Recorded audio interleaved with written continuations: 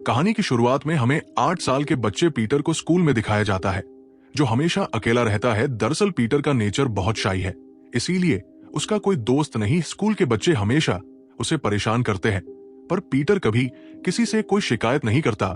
Peter अपने mom dad के साथ रहता है और घर में भी वो हमेशा अकेला ही कुछ ना कुछ खेलता रहता है। अब एक रात को पीटर जब अपने कमरे में सो रहा होता है, तभी उसे दीवार के पीछे से कुछ आवाज आती है, जिससे पीटर बहुत डर जाता है।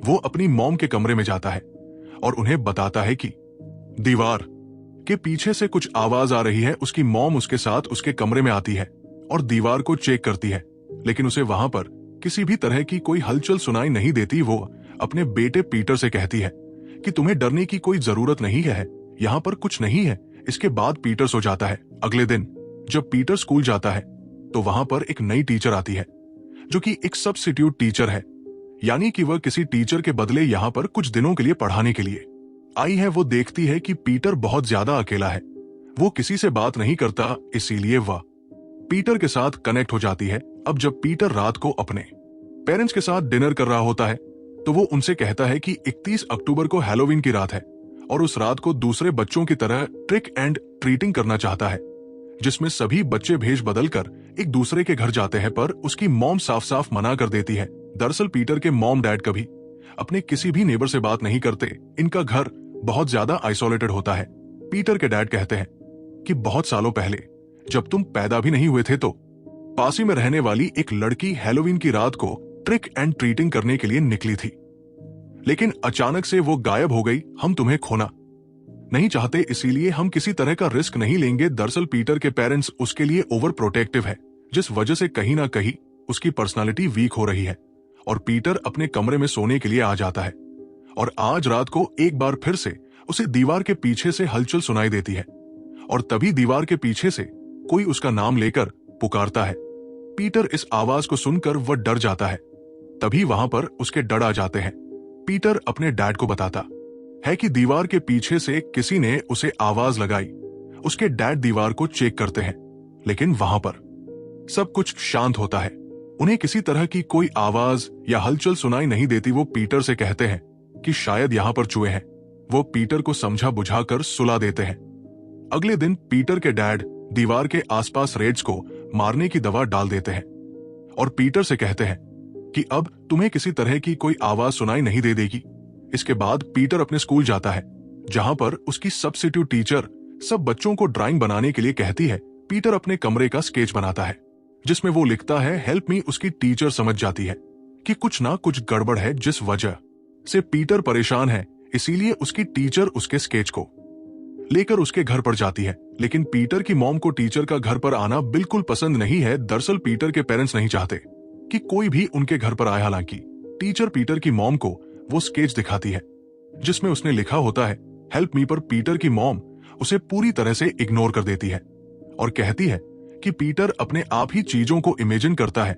हमारे घर में किसी तरह की कोई प्रॉब्लम नहीं है। टीचर वहां से चली जाती है और अब पीटर की मॉम स्केच लेकर पीटर के पास जाती है और गुस्से से उससे पूछती है कि स्कूल में इस तरह के स्केच बनाने का क्या मतलब है? तुम किससे मदद मांग रहे हो? तुम्हारी इस तरह की हरकतों की वजह से हम सब के सब प्रॉब्लम में आ सकते हैं। जो भी तुम सुनते हो, जो भी तुम देखते हो, वो सिर्फ तुम्हारे दिमाग का एक इल्यूजन है, जिसका हकीकत से कोई लेना देना नहीं है।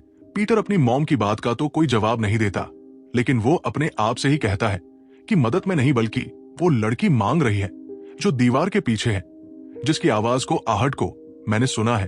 अब रात को जब पीटर अपने कमरे में होता है, तो एक बार फिर से उसे दीवार के पीछे से आवाज आती है। उस आवाज को सुनने के बाद पीटर को लगता है कि सच में ये उसके दिमाग का भ्रम है। वो कहता है कि ये मेरा भ्रम है, तुम असलियत में नहीं हो। दीवार के पीछे से वो आवाज कहती है कि मैं असलियत हूं, मेरा नाम सैरा है और मैं सिर्फ तुमसे दोस्ती करना चाहती हूं। अगर तुम नहीं चाहते कि मैं तुमसे बात करूं तो मैं यहां से चली जाती हूं। पीटर की जिंदगी में अकेलापन है, उसका कोई दोस्त नहीं है, इसीलिए वो उस आवाज को, यानी कि सैरा को रोकने के लिए कहता है। अब अगले दिन जब पीटर स्कूल जाता है, तो सब बच्चे 31 अक्टूबर यानी कि हैलोवीन की रात की तैयारी कर रहे होते हैं, इसीलिए वो पंपकिन से एक चेहरा बना रहे होते हैं। पीटर भी पंपकिन के ऊपर एक चेहरा बनाता है, लेकिन तभी उसकी क्लास का एक लड़का उसके पंपकिन को तोड़ देता है, जिससे उसे बहुत दुख होता है। पीटर अपने घर पर आकर रात को जब अपने कमरे में रो रहा होता है, तभी दीवार के पीछे से एक बार फिर से सहरा की आवाज आती है। वो पीटर से कहती है कि मेरे साथ भी कुछ ऐसा ही हुआ था, तुम्हारे साथ जिसने ऐसा किया है तुम्हें उससे बदला लेना होगा। और अब पीटर भी ठान लेता है कि वह स्कूल जाकर उस बच्चे से बदला लेगा। अगले दिन जब वो स्कूल जाता है तो पीटर जानबूझकर उस बच्चे को ऊपर सीढ़ियों से नीचे धक्का दे देता है, जिससे उसकी टांग टूट जाती है। हालांकि उसके पंपकिन को तोड़ने के बाद उसने पीटर से माफी मांगी थी, लेकिन सहरा की वजह से पीटर ने उस बच्चे से बदला लिया। और अब पीटर ने क्योंकि उस बच्चे की टांग तोड़ी थी, इसीलिए उसे स्कूल से निकाल दिया जाता है। इस बात से पीटर के पेरेंट्स बहुत ज्यादा परेशान हो जाते हैं। पीटर के डैड को इतना गुस्सा आता है कि वो उसे नीचे बेसमेंट में बंद कर देते हैं, जहां पर पीटर को एक कवर्ड पिट यानी कि गड्ढा दिखता है। वहां पर एक टेडी बेयर भी है। पीटर परेशान और हैरान होता है कि ये टेडी बेयर किसका है, क्योंकि कभी उसके पास ये टेडी बेयर नहीं था और उसके अलावा इस घर में कोई और दूसरा बच्चा नहीं है। वहीं हमें पीटर की टीचर को दिखाया जाता है, जो कि प्रिंसिपल के पास जाती है क्योंकि वो पीटर के लिए बहुत ज्यादा कसन है। वो उसके बारे में और ज्यादा जानना चाहती है। प्रिंसिपल कहते हैं कि पहले भी एक बार तुम बिना इंफॉर्मेशन के पीटर के घर जा चुकी हो, जिस बात से उसके पेरेंट्स को बहुत गुस्सा आया था। मैं नहीं चाहता कि तुम एक बार फिर से उसके घर पर जाओ। वो कहती है कि मैं उसकी मॉम से मिली थी, उसकी मॉम मुझे बहुत अजीब लगी। प्रिंसिपल बताते हैं कि कुछ सालों पहले उनके एरिया से एक लड़की गायब हो गई थी, जिस वजह से पीटर के पेरेंट्स अपने बच्चे के लिए बहुत ज्यादा कंसर्न है। इसके अलावा और कोई बात नहीं है, लेकिन टीचर को लगता है कि कुछ ना कुछ गड़बड़ है और वो पीटर के बारे में और ज्यादा जानना चाहती है।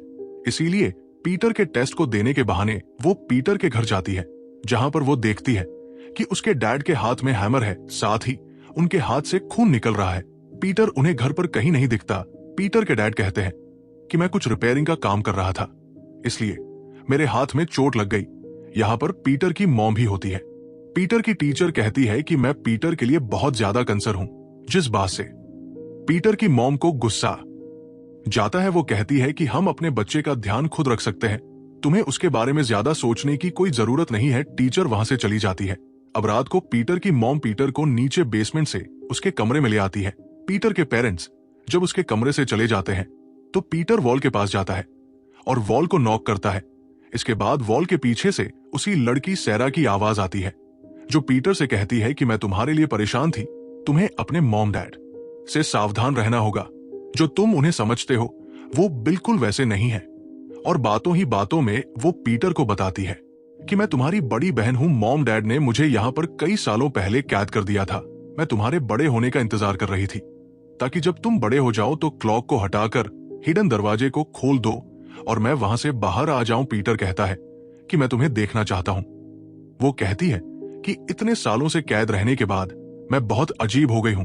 पीटर कहता है कि इस बात से मुझे कोई फर्क नहीं पड़ता, जब तक मैं तुम्हें देखूंगा नहीं। मैं तुम्हारी बातों पर यकीन नहीं कर सकता। इसके बाद सेरा कहती है कि वॉल पर एक होल है, वहां से तुम अंदर देख सकते हो। और जब पीटर उस होल से अंदर देखता है तो वहां पर उसे किसी की आग दिखती है। वो समझ जाता है कि उसकी जो बड़ी सिस्टर सेरा है, जो कुछ कह रही है वो बिल्कुल सच है। उसके मॉम डैड बहुत ही बुरे इंसान हैं। उन्होंने अपनी बड़ी बेटी को यहाँ पर कैद किया और अब पीटर की बारी है। इसके बाद पीटर अपनी मॉम डैड से बहुत ज्यादा डरना शुरू कर देता है और पीटर की मॉम पीटर को समझाती और बताती है कि मैं और तुम्हारे डैड तुमसे बहुत प्यार करते हैं। हम बस यही चाहते हैं कि तुम सुरक्षित रहो। अब रात को पीटर जब अपने कमरे में होता है तो एक बार फिर से सेरा उससे बात करती है। वो बताती है कि मॉम डैड ने मुझे नीचे तहखाने में कैद किया हुआ है। किसी तरह से मैं वहां से निकलकर तुम्हारे कमरे की वॉल तक आती हूँ और तुमसे बात करती हूँ।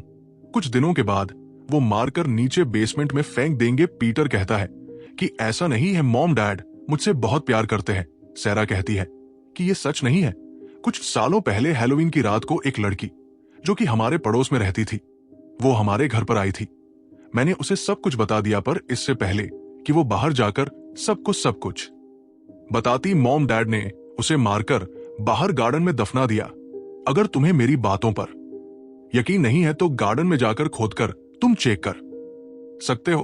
वो बाहर जाकर खोदता है तो उसे वहां पर एक स्केलेटन दिखता है, जिससे वो समझ जाता है कि सैरा जो कुछ कह रही है वो सच है। साथ ही इनके एरिया से जो लड़की कई साल पहले गायब हुई थी, उसे उसके मॉम डैड ने मारकर बाहर गार्डन में दफना दिया था।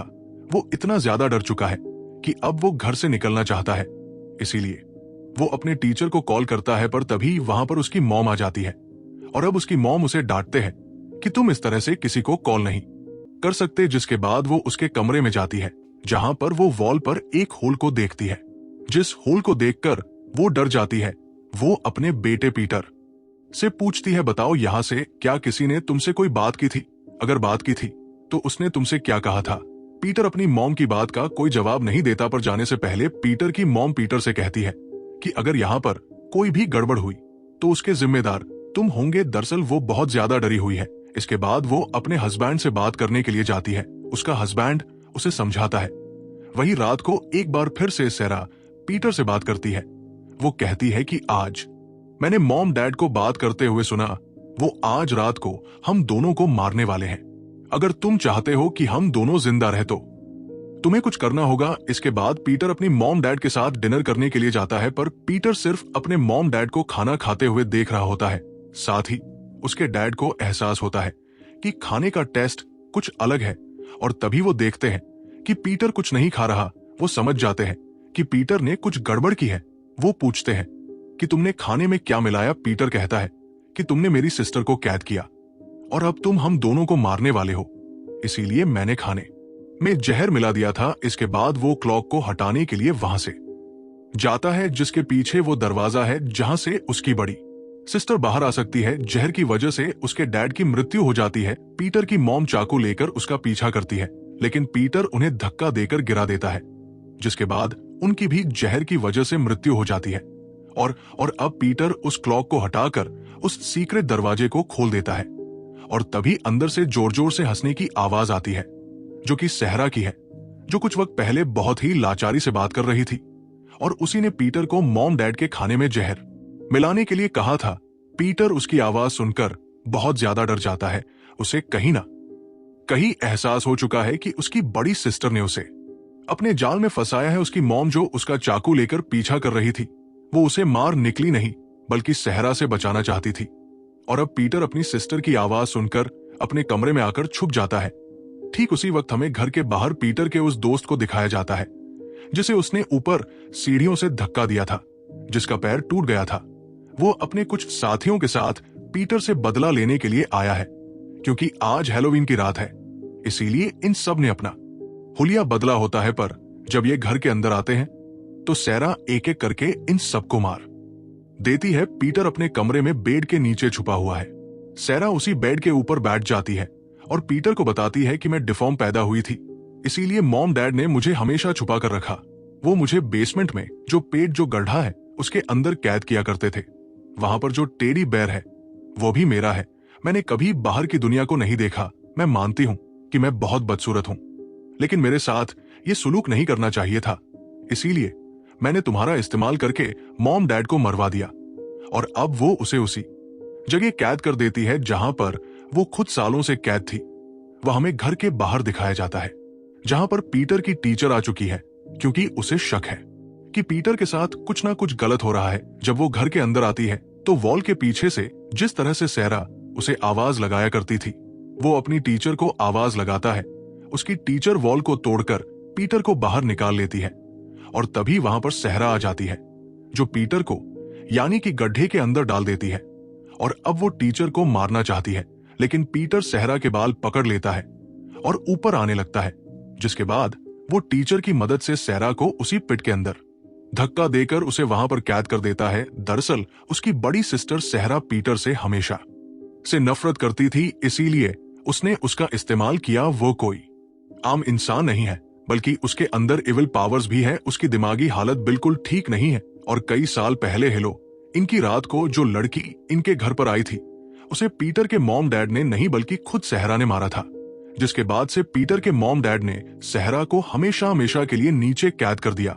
वो जानते थे कि वो दुनिया के लिए, इंसानों के लिए खतरा है। वो उनकी अपनी बेटी थी, इसीलिए वो कभी उसे नहीं मार पाए, लेकिन वो हमेशा पीटर को उससे बचाना चाहते थे, क्योंकि पीटर एक नॉर्मल बच्चा था इसीलिए सहरा बचपन से उससे जेलस थी, उससे नफरत करती थी। और उसकी जिंदगी का एक एक मकसद यह भी था कि वो पीटर को मारना चाहती है। और अब वो पीटर से कहती है कि तुम कहीं भी चले जाओ, मैं तुम्हें ढूंढकर तुम्हें मार दूंगी। हालांकि उसे एक बार फिर से कैद कर दिया गया है, लेकिन उसके पास नॉर्मल इंसानों से ज्यादा ताकत है। और अगर वो यहां से आजाद हुई तो वो पीटर को किसी भी कीमत पर नहीं छोड़ेगी। और इसी के साथ ही फिल्म, ये कहानी यहीं पर खत्म हो जाती है। उम्मीद करते हैं कि ये कहानी आपको पसंद आई होगी।